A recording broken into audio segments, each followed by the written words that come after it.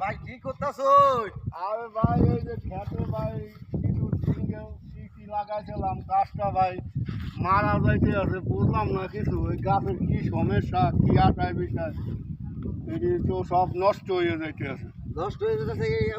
ওষুধ দেন এগুলো না।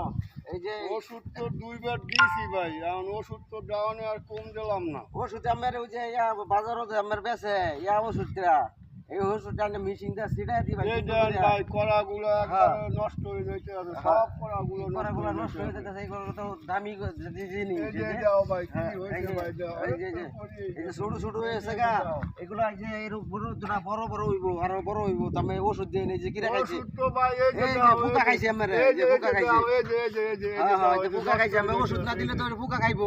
আরে ভাই এখন কি করবো, এটা লইয়া পুরা মানুষ কইলে হাও হনে না। আমি 1 লাখ কয় টাকা দৌড়ম কও ভাই। গাছ গুছ গুছ হইতে সাফ করে দিলেন না।